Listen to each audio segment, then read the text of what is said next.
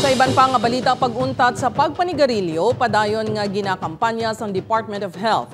Papremyo kag mga programa para sa mga nag-untat na sa pagpanigarilyo ginatanyag sang DOH bilang incentives. Ini ang gintutukan ni John Sala. Yara sa 14 million pa ka mga Pilipino ang nagapanigarilyo o 19% sa populasyon base sa datos ng DOH.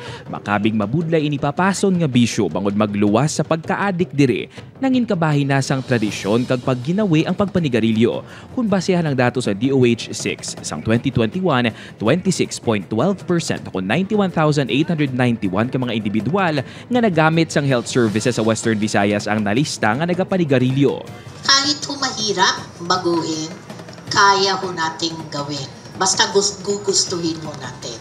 Si Nanay Ofelia, isa ka smoker sang una, subong 13 years na ini nga naguntat. Kag suno sa iya, madamo sang nabulig ang pagpaiway na sinisabisyo. Amo nang kinamatay sang akon nga friend, tiya mo na nga nagpa-discourage yun sa akon nga mag-continue sang akon panigarilyo.